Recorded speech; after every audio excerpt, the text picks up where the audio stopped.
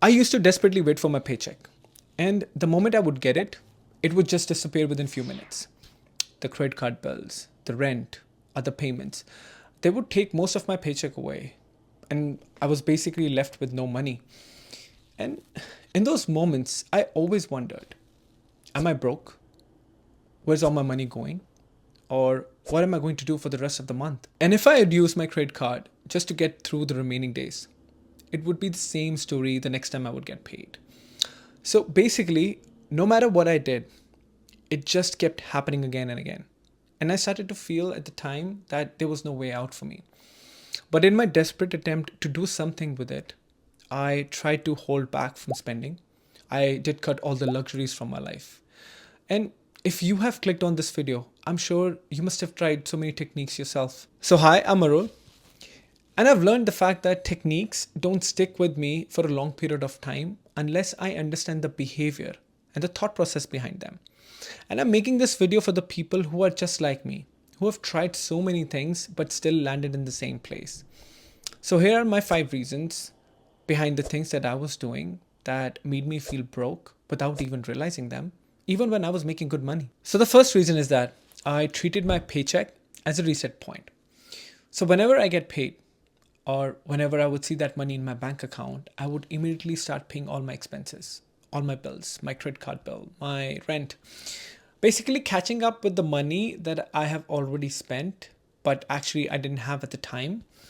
And now that I've had my salary, I would quickly pay down everything so that I could start using my credit cards again. Now paying bills is actually a good thing, but unknowingly, I was building a habit that was about catching up with my expenses, catching up with the money that I've spent, which I didn't have to begin with.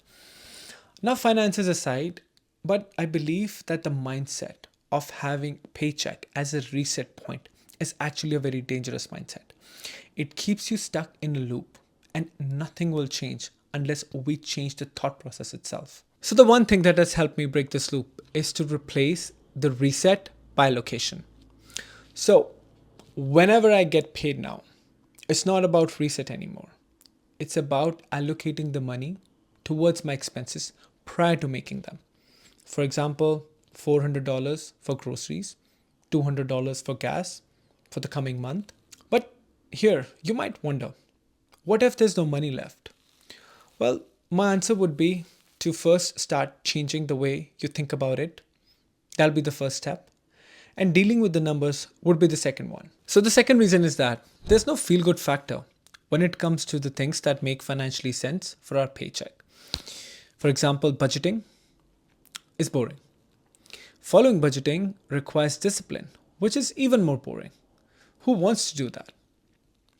For me, it was much more fun to order those takeouts, to eat out, to buy that tech from the money that I didn't make or using my credit card. It just gave me a sense of excitement that I'm following a lifestyle that I truly deserve because I worked really hard for it. But that excitement wouldn't stay for that long. And eventually, the reality would hit me hard. And I would be stressed when I would see my paycheck disappearing within just minutes. So, to break this cycle, I did something simple. I added some excitement to the boring parts, where now I allocate some amount of money towards the guilt free spending. And I call it the reward budget. So now, using this budget, I can get those small upgrades that I really enjoy or get those perfumes that I really cherish.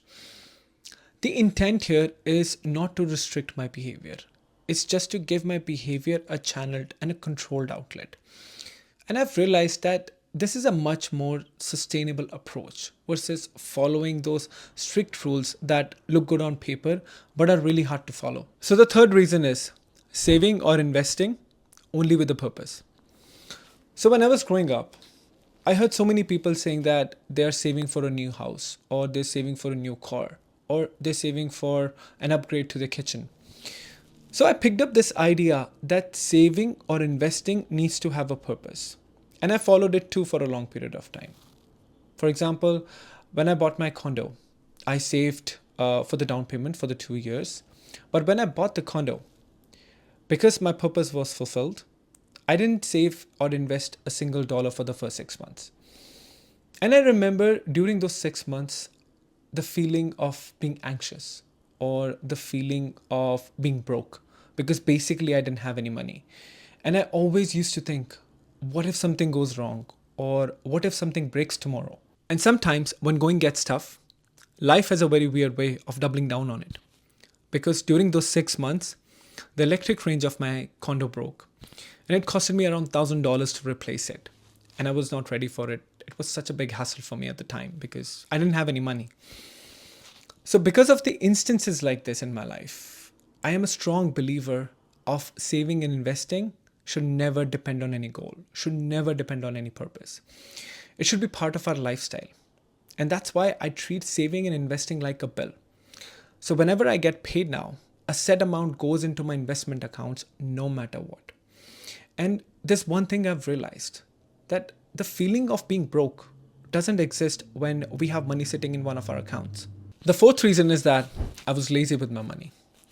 And by lazy, what I mean is that I never took time to actually calculate what is my baseline cost, what is the amount of money that I need to get by every month, what is my fixed cost, what is my variable cost. And this exercise required a level of effort, which I never did for the longest period of time. And when I look back now, I could clearly see how unorganized my money was. It was flowing in all the directions. And I've realized something that when you can't track your money, you can't even control it. And because of this lack of control, I was overspending or I was spending on the things that I didn't even need. And to complete that deficit, to cover up that deficit, I would use my credit card to pay for it. And once I get paid, I would pay down my credit card, but eventually my paycheck would disappear within a few minutes because of this, and which led me again to the feeling of being broke. So what changed for me was to come up with my own financial baseline number. And a financial baseline number is basically a combination of my fixed cost and my variable cost. Basically the money I'm spending throughout the month. And now what I do is whenever I get paid, I keep this money, this financial baseline money, aside separately first. And whatever expenses I'm making throughout the month comes from this pool of money that I've kept aside. This is a simple system that has brought much clarity to my finances. And there's one interesting thing that I've realized is that it allowed me to be lazy in a very different way because now all I need to do is just follow this financial baseline number and I don't need to make any active decisions with my finances. So the fifth reason is that I didn't care enough. Because when I look back at my money behavior with my paycheck, I feel it was very reactive. So whenever I would get paid, I would immediately start paying my expenses. I would immediately start paying my credit card bill. And then I would start spending again using my credit card. And then the next time I would get paid, it'll be the similar story. So all very reactive steps. And because of this behavior, I was always left with the feeling of dissatisfaction. But for the longest time, I didn't do anything about it. I just continued with it. I didn't take a moment to actually think, is there anything I could do to make it better? And maybe that's not you.